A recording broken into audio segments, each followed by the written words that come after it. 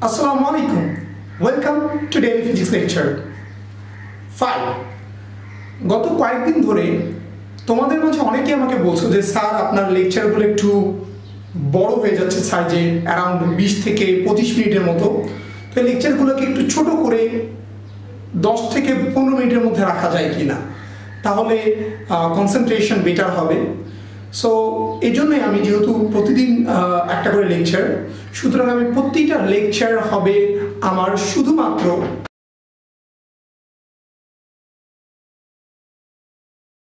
এর মাঝে আমি প্রতিদিন একটা করে লেকচার দিব। তার সাথে অবভিয়াসলি প্রবলেম থাকবে এবং আশা করি এটা তোমাদের বুঝতে আরও সুবিধা হবে। সো আজকে 5 নম্বর লেকচার শুরু করা যায়। আজকে আমাদের লেকচারের টপিক হচ্ছে ভিপি ডিভাইড ল। তোমরা গত লেকচারগুলো হতে জানো অলরেডি ভিপিটা কি।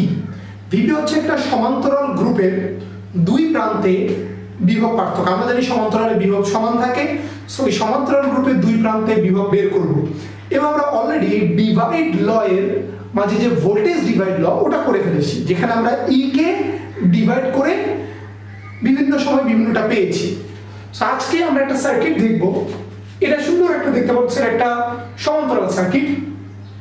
এই সার্কিটে এখানে একটা R1 রোধ আছে, যেটা একটা নিচের লাইনে, উপরে R2 R3 R4 এই তিনটা রোধ সিরিজে আছে। সো উপরের লাইনে তিনটা সিরিজ, নিচের লাইনে একটা। সো এই দুই লাইন মিলে একটা সমান্তরাল গ্রুপ। এই দুই লাইন মিলে একটা সমান্তরাল গ্রুপ। তো আমরা কি জানি যে একটা সমান্তরাল গ্রুপের দুই প্রান্তে বিভব পার্থক্য হয় ভিপি। সো এখানে এই গ্রুপের স্টার্টিং পয়েন্ট বা আদি বিন্দু কোনটা? এই বিন্দু। আর শেষ বিন্দু কোনটা? এই বিন্দু। এবং এই দুই বিন্দুর মাঝে বিভব পার্থক্য হচ্ছে ভিপি। তার মাঝে এই ভিপিটা R1 এর দুই প্রান্তে থাকবে। কেন? দেখো, R1 এর আদি বিন্দু কিন্তু এইটা, আর R1 এর শেষ বিন্দু এইটা। সো ভিপি শুরু হয়েছে এখান থেকে, তার মানে R1 এর আদি বিন্দু থেকে, এবং ভিপি শেষ হয়েছে এখানে গিয়ে, তার মানে R1 এর শেষ বিন্দুতে গিয়ে। সো আমাদেরকে যদি কোশ্চেন করে যে R1 এর দুই প্রান্তের বিভব পার্থক্য কত, বা R1 রোধের দ্বারা ব্যবহৃত বিভব কত, তাহলে আমাদের বের করতে হবে কত? ভিপি। এটা অলরেডি আমরা জানি। কিভাবে বের করব?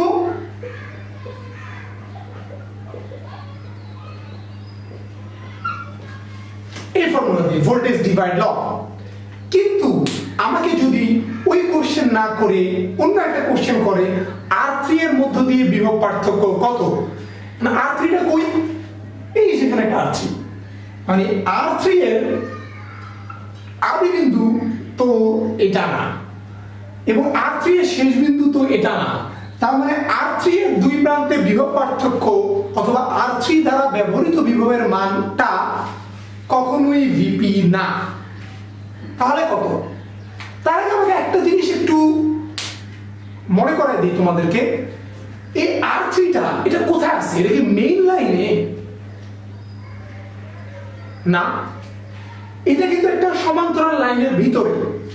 তো সমান্তরাল লাইনের ভিতরে যদি হয়, তার মানে ই, যেহেতু R3 টা ই এর লাইনে নাই, তার মানে ই যে লাইনে, ওই লাইনে অন্তর্ভুক্ত না। সুতরাং ই কে ভাগ করে আমরা কখনোই R3 তে বিভব পাবো না। সো R3 টা কার মাঝে আছে খেয়াল করো।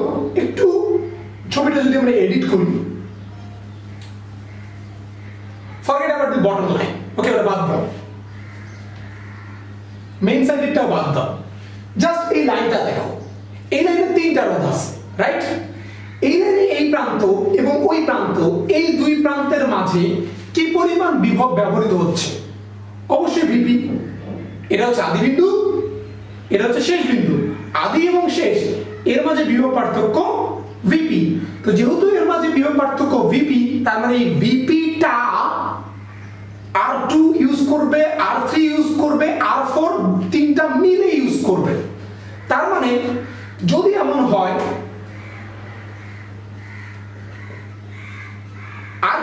বিভব পার্থক্য V2, R3 তে বিভব পার্থক্য V3 এবং R4 এ বিভব পার্থক্য V4 হয়, তাহলে এই তিনটা মিলে VP এর সমান হবে। তার মানে VP সমান সমান V2 V3 V4। বাট আমরা এগুলো পাবো কিভাবে? আমরা নরমাল লাইনে একটা রোধের মাঝে বিভব পার্থক্য পেয়েছিলাম E কে ডিভাইড করে ভোল্টেজ ডিভাইড ল থেকে। এটা তো নরমাল লাইন, এটা তো অ্যাবনরমাল লাইন, প্যারালাল লাইনের ভিতরে। সুতরাং এর ক্ষেত্রে আমাকে যে কাজটা করতে হবে সেটা E কে আমরা ভাগ করব না, আমরা ভাগ করব VP কে। এটাকে বলা হয় VP ডিভাইড ল। সো মনে করো R3 এর মধ্যে আমরা বিভব পার্থক্য বের করি, কি হবে?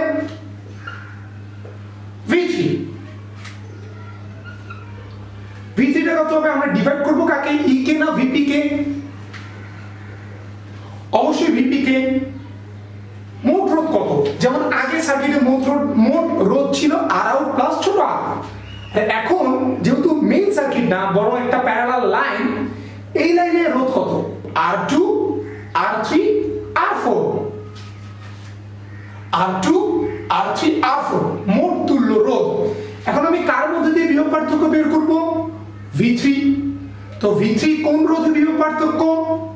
R3, উপরে হবে আমার R3। এখন আমার কোশ্চেনে যদি বলতো R2 এর মাঝে বিভব পার্থক্য, R2 এর মাঝে বিভব পার্থক্য, এখানে আমি লিখতাম V2, উপরে লিখতাম R2। আমাকে যদি বলতো R4 এর বিভব পার্থক্য, এখানে লিখতাম V4, উপরে লিখতাম R4। তার কারণ এরা তিনটাই VP এর পার্ট। তো আশা করি তোমরা বুঝতে পারছো যে কখন E ডিভাইড ল মানে মেইন ভোল্টেজ ডিভাইড লটা ইউজ করতে হবে এবং কখন VP ডিভাইড ল বা প্যারালালে ভোল্টেজের ডিভাইডটা করতে হবে। এখন আমরা একটা एग्जांपल দেখব। ওকে, এখন আমরা একটা সমস্যা নিয়ে ডিসকাস করব। তোমরা এখানে একটা সার্কিট দেখতে পাচ্ছ, এখানে একটা মেইন রোধ আছে মেইন লাইনে, এখানে একটা প্যারালাল গ্রুপ আছে। এই প্যারালাল গ্রুপে দুইটা লাইন আছে, একটা উপরে এবং নিচে। নিচে লাইনে একটা রোধ আছে R2, উপরের লাইনে দুইটা রোধ আছে R3 এবং R4।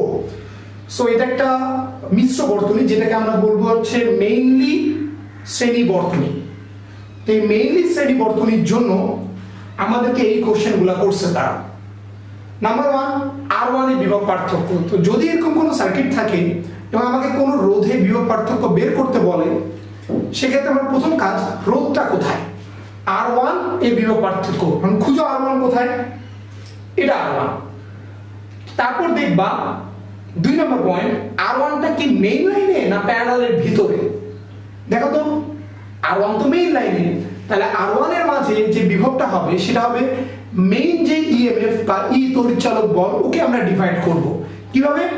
ভোল্টেজ ডিভাইড ল দিয়ে। সুতরাং R1 মেইন লাইনে, ওর জন্য E ডিভাইড ল। কি ডিভাইড ল? E। কি হবে? ধরো R1 এর বিভব পার্থক্য V1, E ডিভাইড ল, তাহলে নিচে হবে Rout প্লাস ছোট r, আর উপরে হবে হচ্ছে R1 এর বিভব পার্থক্য, সুতরাং R1 আমরা মান সব বসাই দিলে পাবো। কোশ্চেন নাম্বার 2, R2 তে বিভব পার্থক্য। এখন খুঁজো R2 কই?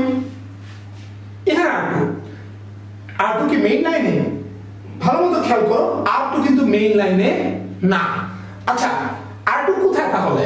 R2 হচ্ছে একটা প্যারালাল গ্রুপের ভিতরে। তো প্যারালাল গ্রুপে বিভব পার্থক্য কত হয়? আমরা জানি প্যারালাল গ্রুপের দুই প্রান্তে বিভব পার্থক্য হয় VP। ওকে, এখন R2 এর প্রান্ত দুইটা খুঁজো। R2 এর এক প্রান্ত এটা এবং R2 এর অপর প্রান্ত এটা, আর এই দুই প্রান্তের মাঝে বিভবটাই হচ্ছে কত? VP, right? এই দুই প্রান্তের মাঝে বিভবটাই হচ্ছে গিয়ে আমার VP। সো R2 এর এই প্রান্ত এবং ওই প্রান্তে বিভব পার্থক্য হচ্ছে কত? VP। তো R2 এর জন্য যে বিভবটা হবে সেটা হবে VP, এবং VP আমরা কিভাবে বের করব?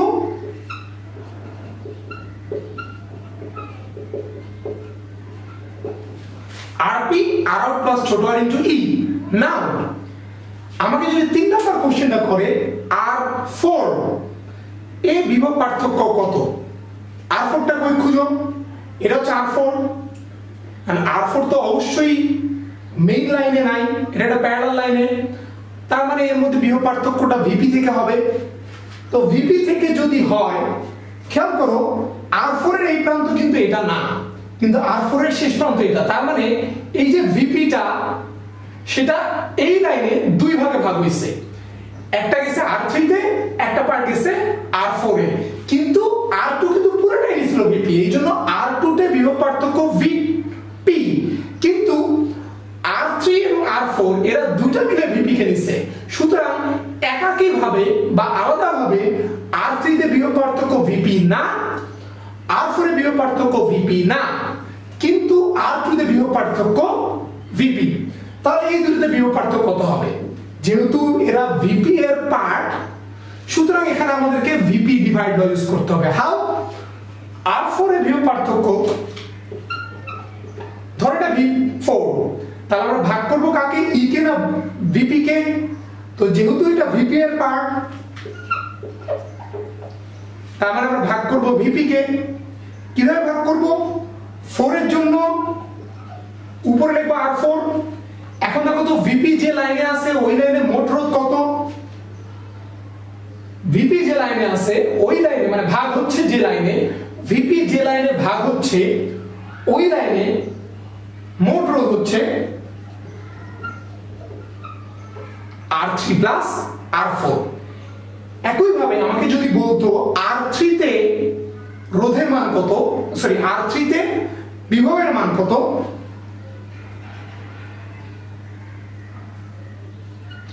তাহলে এটা হতো V3, এবং এগেইন R3 তো ভিপি এর পার্ট, সুতরাং ভিপি ডিভাইড ল মোট রোধ ওই লাইনে যেখানে ভিপি ভাগ হয় R3 প্লাস R4, আর কোন রোধে বিভব?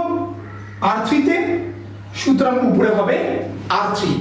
তো আমি আশা করি তোমরা বুঝতে পেরেছো যে কখন আমরা ভিপি বের করব ডিভাইড করে বিভব বের করব, আর কখন ই ডিভাইড করে বিভব বের করব।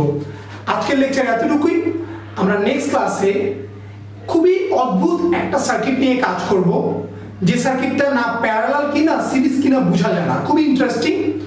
তো আজকের চ্যাপ্টারের উপর যে ইন্টারভিউটা আছে অবশ্যই করবা, এবং আশা করি আগামী লেকচারে তোমাদের সাথে আবার দেখা হবে। ওকে, বন্ধুদের মাঝে তোমরা এই লেকচারটা শেয়ার করো, এবং এরপর থেকে শর্ট লেকচার। ওকে, তো আজকের মতো এতটুকুই। আল্লাহ হাফেজ, বাই।